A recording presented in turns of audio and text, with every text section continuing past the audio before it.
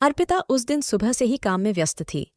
वैसे भी घर की सारी जिम्मेदारी संभालते संभालते वह जैसे बूढ़ी हो गई थी। काम निपटाकर वह मशीन पर बैठी थी कि तभी फोन की घंटी बजी। स्क्रीन पर देखा तो नंबर अनजान था। उसने फोन उठाया तो दूसरी ओर से एक सुरीली आवाज सुनाई दी। हेलो अर्पिता। हाँ, मैं अर्पिता ही बोल रही हूँ। आप कौन? नहीं पहचाना क्या? आवाज तो जानी पहचानी लग रही है, पर पहचान नहीं पा रही हूँ। अरे, मैं कोमल बोल रही हूँ, तुम्हारी सबसे खास फ्रेंड। अब पहचाना?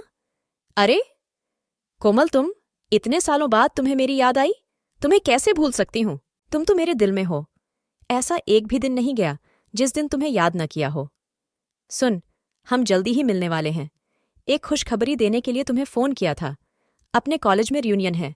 अपने बैच के सभी लड़कों लड़कियों को मिलना है। तुम आओगी ना? देखती हूँ यार, घर में मम्मी जी से पूछकर शाम को तुम्हें बताती हूँ। ठीक है, आने की कोशिश करना। चलो, फोन करना भूलना मत। अर्पिता मशीन की सुई में धागा डालते डालते कॉलेज के दिनों में पहुंच गई। 1 से 12वीं तक वह एक ही स्कूल में पढ़ी थी। जब वह 11वीं में आई, एक नया लड़का उसके क्लास में आया। बहुत ही हैंडसम, जैसे फिल्म का हीरो देख लो। पहले ही दिन से लगभग सभी लड़कियां उसकी दीवानी हो गई थीं। उनमें अर्पिता भी थी। वह जितना खूबसूरत था, उतना ही प्यारा उसका नाम भी था, मानव, जो सुनते ही मन को भा जाए। सभी लड़कियां अपने मन की बात एक दूसरे से करतीं, पर अर्पिता ने अपने मन की बात अपने मन में ही दफन कर ली थी। उसके घर के सभी लोग रूढ़िवादी और सख्त थे। अगर उसने कभी भूल से किसी लड़के की नोटबुक ली हो या किसी लड़के को अपनी नोटबुक दी हो और घरवालों को इसका पता चल गया हो, तो उस दिन घर में बवाल हुआ ही था। इसलिए अर्पिता लड़कों से बातचीत की कौन कहे, उनकी ओर देखती तक नहीं थी। मानव ने कुछ ही दिनों में अर्पिता को छोड़कर सभी लड़कियों को फ्रेंड बना लिया था, पर वह हमेशा अर्पिता की ओर ही ताका करता था। कितनी सौम्य लड़की थी, टैलेंटेड भी उतनी ही, कम बोलने वाली, पर क्लास में जब कभी किसी सवाल का जवाब देती, मन करता उसकी मीठी आवाज सुनते ही रहे। मानव सोचता कि काश एक बार वह उससे बात करे तो वह उसकी ओर दोस्ती का हाथ बढ़ाए, पर अर्पिता ने कभी भी उससे बात नहीं की।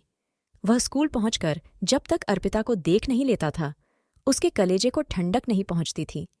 अर्पिता के मन की भी यही हालत थी, पर वह किसी से अपने मन की बात कह नहीं सकती थी। स्कूल का एन्युअल फंक्शन था।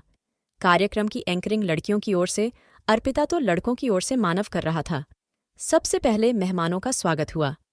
अर्पिता की सुरीली आवाज, साथ ही माइक में बोलने का गजब का कॉन्फिडेंस। उसका एक एक वाक्य शायरी की तरह लगता था, जिस पर तालियों की गड़गड़ाहट गूंज उठती थी। बोलते बोलते अर्पिता और मानव की आंखें मिल जातीं। बिना कुछ बोले ही न जाने कितनी बातें हो जातीं। अंदर के भाव आंखों में जैसे तैरते दिखाई देते। एन्युअल फंक्शन का मेन हार्ड इस साल का बेस्ट स्टूडेंट घोषित करना था। जब शिक्षक श्री ने माइक हाथ में लिया तो वह नाम सुनने के लिए सभी के कान राह देखने लगे। तभी नाम की घोषणा हुई। इस साल के बेस्ट स्टूडेंट का अवार्ड अर्पिता मेहता के हिस्से में जाता है। अर्पिता तो खुशी से उछल ही पड़ी थी। उससे अधिक खुशी मानव के चेहरे पर झलक रही थी।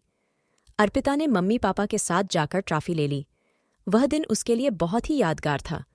वह स्टेज से उतरकर अपनी जगह पहुंची तो खुशी में मानव ने उससे हाथ मिलाते हुए उसे शुभकामनाएं दीं। यह दृश्य अर्पिता के पापा की नज़र के कैमरे में कैद हो गया। यह देखकर वह सहम उठे, पर वहां वह कुछ कह नहीं सके और चुपचाप अपनी जगह पर बैठे रहे। पहली बार हुआ स्पर्श अर्पिता के दिल को छू गया। मन में लड्डू फूटने लगे। ऐसा ही अनुभव मानव को भी हुआ। एन्युअल फंक्शन का कार्यक्रम बहुत अच्छी तरह पूरा हुआ, पर दोनों के दिलों में प्यार जाग उठा। अर्पिता ने प्यार को पंख नहीं फूटने दिए। उसने अपने इस प्यार को हृदय के एक कोने में छुपा दिया। मानव ने 2-3 बार उससे बात करने की कोशिश की, पर वह बात नहीं कर सका। परीक्षा नज़दीक थी, इसलिए वह पढ़ाई में व्यस्त हो गया। परीक्षा पूरी होते ही अचानक अर्पिता की सगाई और फिर जल्दी ही विवाह कर दिया गया। अर्पिता से प्यार करने की बात मानव ने कोमल से बताई और उसे देने के लिए एक चिट्ठी भी दी। कोमल जिस दिन अर्पिता को चिट्ठी देने पहुंची, उसी दिन उसका ब्याह था और बारात आ चुकी थी। कोमल सीधे अर्पिता के कमरे में पहुंची और दरवाज़ा बंद करके बोली, अर्पिता, तुमने अपने विवाह की बात बताने की कौन कहे, निमंत्रण तक नहीं दिया। आंखों में आंसू लाकर अर्पिता बोली, क्या करूं यार, मेरे पापा के स्वभाव के बारे में तो तुम्हें पता ही है। मुझे घर से बाहर नहीं निकलने दिया गया। मुझे भी पता नहीं कि मेरा विवाह इतनी जल्दी क्यों किया जा रहा है। इतना कहकर अर्पिता कोमल के गले लगकर रोने लगी। अर्पिता, मैं तुम्हारी खास सहेली हूं। अपने दिल पर हाथ रख सच सच बताना कि तुम मानव से प्यार करती हो। हाँ, करती थी। जिस दिन से देखा था उसी दिन से उसे चाहने लगी थी। पर आज मैं उसे किए प्यार को अपने दिल में दफन कर रही हूं। मेरे घर में प्यार शब्द का उच्चारण भी अपराध है। अब मेरे पापा के हाथ से जो लिखा जाए वही मेरा जीवन है। मानव ने यह चिट्ठी भेजी है।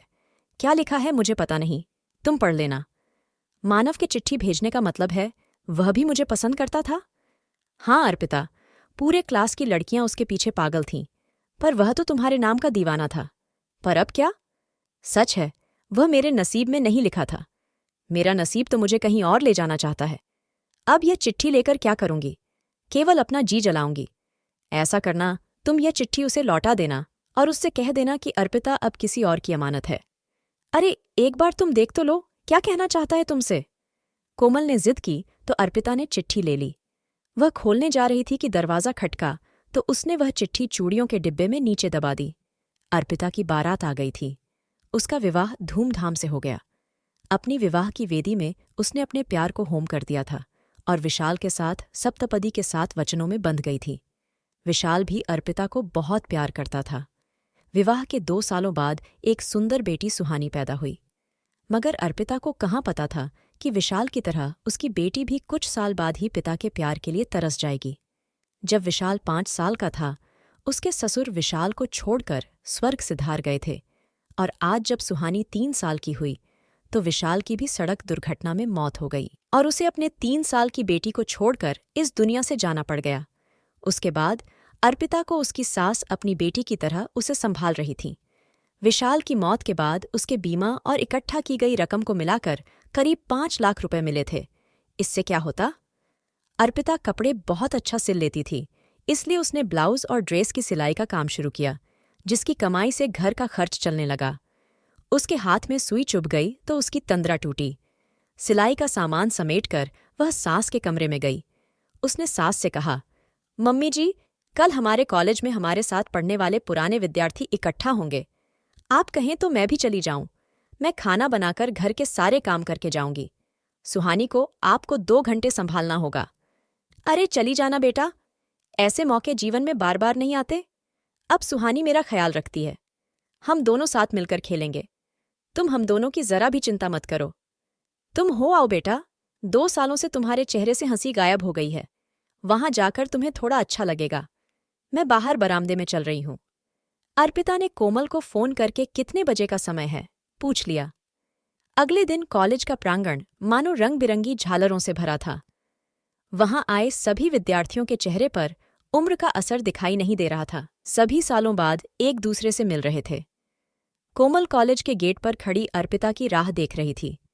थोड़ी देर में अर्पिता रिक्शा से ऑफ व्हाइट साड़ी पहनकर उतरी। उसे देखते ही कोमल ने दौड़कर उसे सीने से लगा लिया। 20 साल बाद दोनों मिल रही थीं। उनकी आंखें बरस पड़ीं। बातें करते हुए दोनों हॉल की ओर बढ़ीं। पुराने दोस्त मिल रहे थे। सभी एक दूसरे से सुख दुख की बातें कर रहे थे। दोनों एक जगह किनारे की कुर्सियों पर बैठ गईं।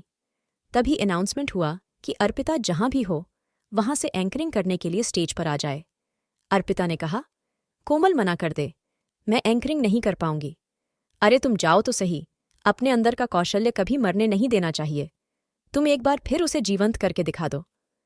अर्पिता उठकर स्टेज की ओर बढ़ी थी कि तभी मानव के नाम का अनाउंसमेंट हुआ। अर्पिता का दिल धड़क उठा। इतने सालों बाद कैसा लगता होगा वह। उसने अपना स्थान ले लिया, पर मानव अभी नहीं आया था। उसने प्रोग्राम की शुरुआत की ही थी कि हॉल में एक सुंदर नवयुवक का प्रवेश हुआ। सभी लड़कियां, जो अब महिला बन चुकी थीं, सभी की नजरें उसी पर जा टिकीं। जल्दी से जाकर उसने अपना स्थान संभाल लिया। अर्पिता और मानव की आंखें मिलीं, पर अर्पिता ने आंखें झुका लीं। प्रोग्राम की शुरुआत हो गई। अर्पिता की मधुर आवाज में अभी भी वही खनक थी। जिन्होंने इस प्रोग्राम का आयोजन किया था, उन आयोजकों को फूलों का गुलदस्ता देकर स्वागत किया गया। इसके बाद आयोजन के अनुसार प्रोग्राम आगे बढ़ा। सभी के चेहरे पर खुशी समा नहीं रही थी। इनमें से तमाम तो कपल थे, अब पार्टी की शुरुआत हो गई। अर्पिता और कोमल अन्य सहेलियों के साथ बातों में लग गईं। मानव भी वहीं आकर खड़ा हो गया। मेरी चिट्ठी का जवाब तो तुमने दिया नहीं। क्या आज एक दोस्त बनकर बात भी नहीं करोगी? अर्पिता का दिल जोर से धड़क उठा। वह चिट्ठी तो उसने चूड़ियों के डिब्बे में रखती थी, वह वहीं रह गई थी। इतने साल बीत गए। वह डिब्बा तो पापा के घर ही था। शायद अब वह वहां भी नहीं होगा। उसे ऐसी में भी पसीना आ गया। मानव ने रूमाल देते हुए कहा, लो पसीना पोंछ लो, मैं तुम्हें कोई सजा नहीं दूंगा। चलो उधर उस टेबल पर बैठते हैं। वे एक जगह बैठ गए। मानव ने कहा, अर्पिता, तुम्हारे जीवन के बारे में कोमल ने मुझे सब बता दिया है। तुम मेरे जीवन के बारे में नहीं जानना चाहोगी? जानना तो बहुत कुछ था, पर किस्मत का खेल तो देखो, कहाँ से कहाँ ले जाता है। तुम्हारा सुखी संसार होगा, शायद 1-2 बच्चे भी होंगे। तुम हैंडसम हो, इसलिए तुम्हारी पत्नी भी सुंदर होगी। मेरा एक बेटा है रुचित, पर अब उसकी माँ इस दुनिया में नहीं है। ये कहते हुए मानव की आंखें भर आईं। जिंदगी भी रेल की पटरी जैसी है, कभी कहाँ सीधी चलती है। जिंदगी भी कितने मोड़ लेती है, तब पूरी होती है, अर्पिता ने कहा। सच बात कही। इस जिंदगी के मोड़ अंत तक समझ में नहीं आते, मानव ने कहा। पहली बार अर्पिता ने मानव से इतनी बात की थी। वह मन ही मन खुश था। अर्पिता भी खुश थी। दिल की बात कहने वाला उसे एक दोस्त मिल गया था। दोनों ने एक दूसरे के मोबाइल नंबर लिए और सभी अपने अपने घर के लिए रवाना हो गए। अगले दिन अर्पिता के भाई भाभी उसके घर आए। अर्पिता उन्हें देखकर खुश हो गई। उसकी भाभी के हाथ में एक चिट्ठी थी। उसने वह चिट्ठी अर्पिता को दी तो उसने उसे धड़कते दिल से खोला। उसकी स्याही फीकी पड़ गई थी। अर्पिता ने उसे पढ़ा, अर्पिता, तुम्हें देखते ही पहली नज़र में मुझे प्यार हो गया है, परंतु अगर मैं तुम्हें पसंद नहीं हूं तो मैं उस प्यार को अपने दिल में ही रखूंगा, क्योंकि मैं जिसे प्यार करता हूं उसे हमेशा के लिए खुश देखना चाहता हूं। अगर तुम्हें मेरा प्यार स्वीकार हो तो मैं तुम्हें पूरे जीवन अपनी पलकों पर बैठाकर रखूंगा। तुम एक बार मुझसे मिलने जरूर आना, नहीं तो तुम्हारा प्यार मेरे दिल में कैद रहेगा। अर्पिता की आंखों में आंसू थे। उसकी भाभी ने कहा, इस चिट्ठी की स्याही जरूर फीकी पड़ गई है, पर मानव के दिल में अभी यह प्यार धड़क रहा है। देखो अर्पिता, कुदरत ने तुम दोनों को एक जैसा दुख दिया है तो तुम दोनों एक दूसरे का सहारा बनकर जी सकते हो। सुहानी और रुचित को माता पिता का प्यार मिलेगा। अभी तुम्हारी उम्र 35 साल है। अभी तुम्हें जीवन साथी की जरूरत है। अगर जीवन साथी के रूप में पुराना प्रेमी मिल रहा हो तो इसमें गलत क्या है? विशाल के भी तो अंतिम शब्द यही थे कि जो मेरी सुहानी को प्यार करे, इस तरह का जीवन साथी खोज लेना। अपने लिए नहीं तो सुहानी के लिए ही विवाह कर लो। विशाल की याद तो तुम्हारे साथ हमेशा ही रहेगी। अर्पिता की सास ने कहा, बेटा, मेरी भी यही इच्छा है। मेरी जिंदगी का कोई भरोसा नहीं है बेटा। मैं तो पतझड़ के पत्ते की तरह हूं। तुम मानव को अपने जीवन में जगह दे दो। थोड़ा सोचकर अर्पिता बोली, मानव को यह बात स्वीकार है, पर मेरी एक शर्त है। उसे मेरे साथ मेरी मम्मी को भी स्वीकार करना पड़ेगा। इस समय तो मैं ही उनकी बेटी और बेटा हूं। उनकी देखभाल की जिम्मेदारी मेरी ही है। अगर उन्हें स्वीकार हो तो मैं तैयार हूं। अगले दिन सवेरे ही मानव और कोमल सगाई की चुनरी लेकर आ गए। साथ में रुचित को भी ले आए थे।